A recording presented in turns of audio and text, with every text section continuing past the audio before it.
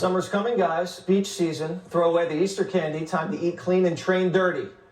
But it wasn't always this way. 50 years ago, there was no need to shred for summer. Americans were naturally svelte. We were slim, toned, ready for beach volleyball.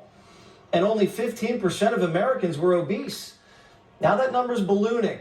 Nearly 45% of us are obese. What happened? We're less active, we eat out more, and there's food out there that's terrible. But Americans are waving the white flag in the battle of the bulge, surrendering to obesity because it's trendy. My body does too much for me every single day. When it says, hey girl, have a little full-ass meal, can I have like 700 calories?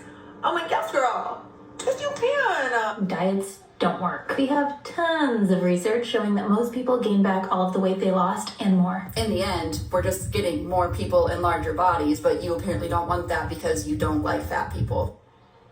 The body positivity cult's pushing health at every size. If you're 300 pounds, you're beautiful. You do you. Who funds that type of propaganda? The big food lobby.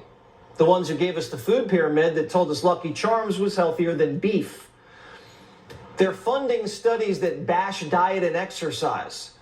According to the Washington Post, General Mills has launched a multi-pronged campaign that pushes the anti-diet movement, touting anti-diet research and pontificating on the harms of so-called food shaming. They're also been paying professionals to promote their sugary cereals online. I just got this customized box of cereal from my friends at General Mills, and I love it. Every serving provides 4 grams of fiber along with other nutrients that people often struggle to get enough of. Ready-to-eat cereals provide good nutrition. We love General Mills Big G cereals because it's an easy, affordable, and delicious way to deliver the nutrients that my kids need. And it's the ultimate nutritious breakfast. Eggs. Try eggs.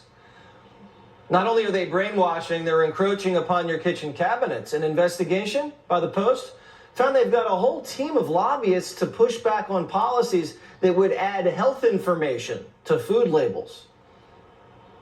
Callie Meads is the co-founder of TrueMed and joins me now. I can see the disappointment all over your face.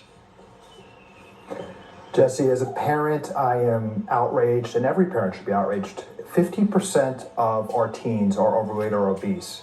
This is a national moral stain on our country. The childhood obesity rate in Japan is 4%.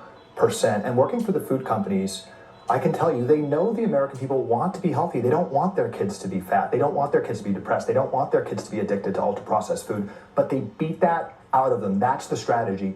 The food industry, and I saw this, they pay the USDA, the IRS, the FDA, to rig the guidelines. Right now, 19 out of the 20 folks who made the nutrition guidelines that kids use were paid for by the food companies. They say that a 2-year-old should have added sugar into their diet. And as this brave reporting from Anhad O'Connor in the Washington Post, if you see a TikTok influencer telling your kid to eat anything other than whole food, that influencer is being paid for by the food industry. There's a social contagion happening. Yeah, it's child abuse. It's absolute child abuse. We're looking at some images of, I don't know, 70s, 80s, whatever it was. I remember I grew up back then. People were at the beach. It looks a lot different today. How much of this obese epidemic is food, and how much of it is just inactivity and screens?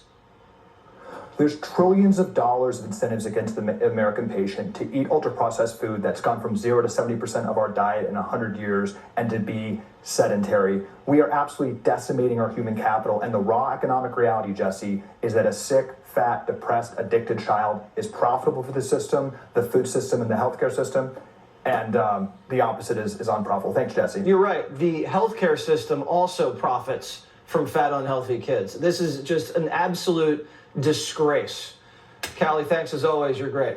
Thank you, sir. Tiger Woods